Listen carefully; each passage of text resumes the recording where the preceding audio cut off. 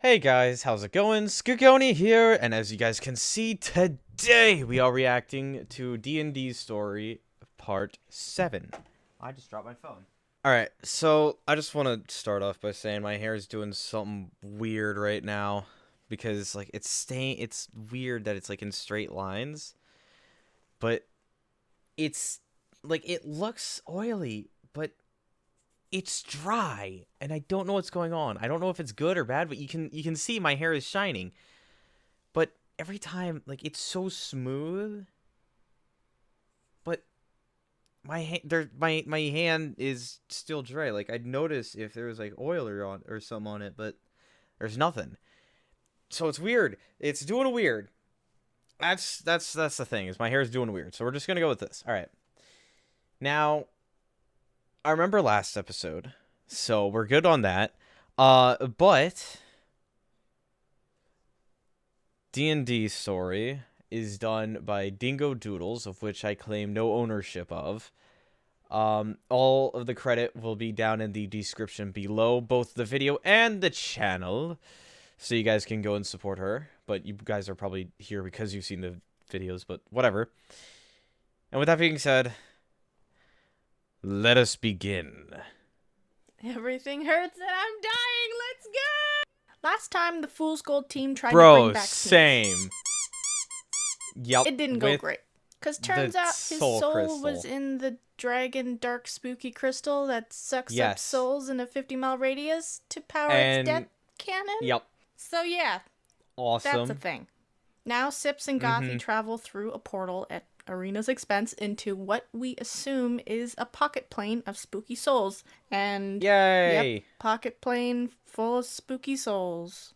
Well, nice. This place is everything sucks. Terrible. Let's just hurry up. That was then fast. We see some souls if that absorbed it. Group of goblins, giant spiders, and a bunch of sheep. Not gonna explain the sheep. They got what they deserved. Oh, and you guys might be wondering if Kinora and the Trask are in here as well? Yes. Well, first of all, the Trask was choked out, not killed. That thing is literally unkillable. I don't know what else to tell you. As for Kinora, she technically died in a one-way portal to the fire plane, so her soul's on that side. So not this side. Not Thank God. So not within the 50-mile radius. We managed to sneak without getting noticed by the spirits. Traveling along in the soulscape till we finally spot Sneeze! Sips runs over to Sneeze, who doesn't even really acknowledge him. Kinda like he's ignoring him. Yeah. Alright, I get it. I messed up. Bad. I done a screwy. But I mess up a lot, if you haven't noticed. And for once, I thought I could handle something on my own, but in the end, I still needed help. Like I always do. And because of that, I got you killed. Oh. I don't know why I'm surprised. Say it. I bet you're not. Say it. I get it if you don't want to come back. I just... Could you at least just look at me? Sips? I don't think he can hear you. Actually, I don't think he can see us either. We seem to be invisible to the spirits in here. Oh. I mean, it does seem to be the case. Nope. Okay. Cool. Alright, well, what if I... Sips touches Sneeze, and instantly a feeling of connection comes, and snaps Sneeze out of that dead funk, and he turns to see Sips. Aww. Hey, kid. Let's go home. Then they hug, and it's adorable. And shut up, I'm not crying, you're crying. But this moment is it's so nice. As we hear, Sips, you know how Sneeze can see us now? Well, I think all the spirits everything are able else to see can us now. Fun fact about that's this place. not good. Making contact with the spirit kind of causes you to pop into their playing field now. Before you were an observer, now you're So we slowly back up and then into a thing.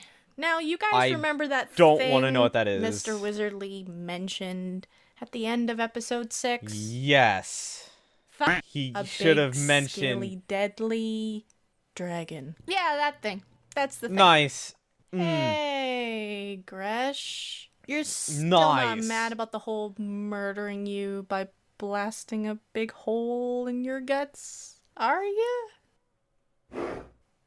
I think it looks becoming. I think that's a no. Now you may be wondering why and mostly how the hell did we manage to kill a dragon? Yes to being mad. Well, no to being not mad. I need to talk about Gothy. Ooh, okay. Let's get into some backstory. Gothy used to look like this. Not this. Nice. Old Gothy, new Gothy. Short Gothy, tall Gothy. Got it?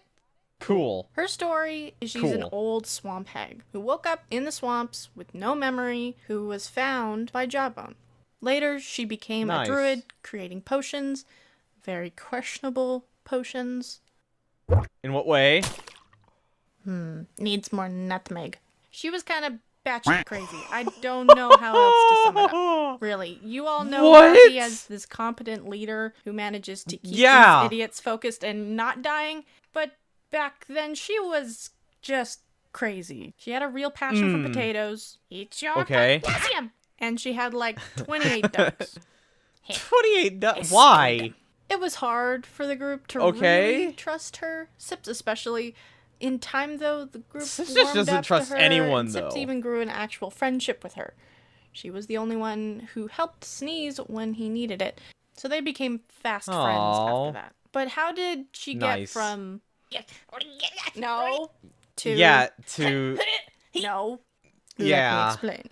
Near the beginning of the campaign, so before all that Tarrasque business, the group had traveled in the jungles to a small village called Bundarico. This is where we met Jack, who gave us the offer of traveling to 5 ancient four-claimer ruins and grabbing me these 5 big crystals, like big enough to crush your grandma with. I do like crushing. Okay. You can keep all the treasure you find, except the crystals. Deal. And that day, we became true adventurers Sneeze or professional has the thieves, whatever dagger. floats your boat. So, Bundarico quickly became our home base with Jack. So one day, a murderous Merilith tax collector of Gresh, the dragon, with a lot of arms and a lot of attitude, comes into our town and threatens our beloved bartender, Stout, who's also the mayor. He's just a giant pun, and we love him. She demands that if Bundarico doesn't pay Gresh, Gresh herself will come down and burn the whole village to the ground. You see, Gresh is the big bad I think I see where this is. And has been demanding taxes from all the villages in exchange for her not burning everything down to the ground. A very thoughtful dragon. What? So what would you need? What would a dragon need money for? Fine, then we'll just kill the dragon then. And how are you planning to do that? I was wondering if they had that already. And when were you gonna tell me you have a giant, ancient, four-claimer mechanical dragon? Never. Never? So, with ridiculous amounts of prep and praying to the D&D gods, we managed to face off with Gresh, mano-y-mano, Dragon v. Metal Mech Dragon. Death. One of the most epic battles ever perceived in D&D history. And I am not going to animate it, because I am one woman, and get off my back. You know what? It's fine.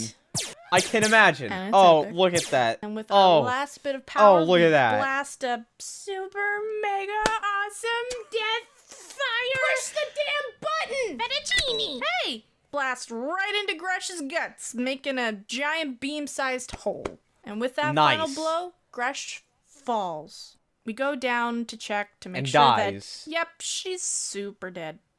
Jack joins us. No more taxes! Jesus. At least for the dragon. Do that again. So we all laugh and chat of our victory. Jack congratulates us on killing a goddamn dragon. It's one of those nice moments in D&D. Until Jack casually comes up a dragon. You know, when you kill a dragon, that's kind of a big thing.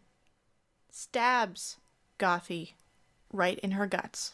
What? She lets out a cry and lurches forward in pain. Time slows down as the group slowly realizes what just happened as Gothy crashes right in front of us. I see now. I get it. You piece of... I'll kill you. What did you do? Wait, look. And then with our own eyes, we see Gothy transform. growing to a 6'5" Amazonian-built woman and glowing lines all over her body. What? This is Gothy, a four-claimer. So a while back, when we first met Jack, Gothy had no memory of her past and gave Jack her locket. That was the only thing she had on her when she woke up in the swamps. And through research, Jack discovered that it was four-claimer tech. Jack didn't stab her with a knife. Jack stabbed her with a crystal. A power crystal. Yeah, you guys remember last episode I talked about how the four-claimers powered everything with crystals? Like, everything? Yeah, it turns out they figured out how to power even the people up with these 3-inch crystals called that power makes crystals sense. That extend their lifespan by several hundred years. Turns out Gothy was not an old swamp hag. She was a four-claimer without a power source. No, she is not a robot. She's just an elf that's race took science way too far. So, not only did this make Gothy's body get back into peak performance, check out these guns, but it also brought her mind back into peak performance. That's... Yep, cool. The 28 ducks was definitely a mistake. Don't y'all see? So.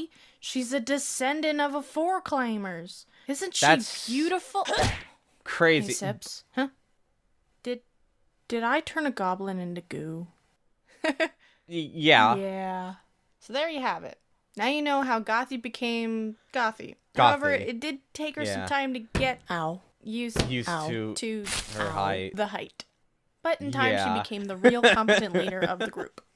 And I know some of you that's want cool. to know what's behind Gothy's mask. But patience.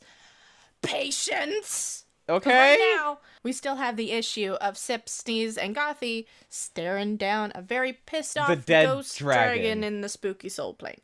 Yep. Okay. No problem. I'll simply turn us invisible. So we I don't think you can do that. I cast a spell. Nothing. Apparently magic doesn't work in here either. Another fun fact. Now you're in trouble. We should run, right? Yeah. So yeah, I'd say run. In fear and panic, we run towards a now closing portal. Oh, good. Yes. Oh, yeah. That's tension, huh? And as we make our way there, as if they couldn't. Happens. Suddenly, souls just start popping in. A lot of them. Civilians, women, children, soldiers. People are dying. Then, as we pass by, we see a symbol on the soldier's armor. Our group knows this symbol. We know these people. They're from a city that we have saved, a city that we have history with. The city of Rascom. This video is sponsored by I don't know how to feel about that. That makes me tingly. In the scared sense. A lot of souls pouring in from an area you served, huh?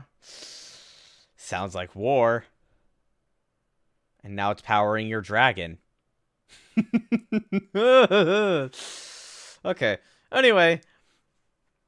Yeah. That's a thing. So we know more on Gothy now. She's a four-claimer, which is crazy to think about. Anyway. Yeah. Thank you guys so much for coming out to watch this video. Excuse me. You all have a phantasmical day or night, whichever one it is. Whichever one it is for you guys. And I hope to see you guys in the next stream or video I do.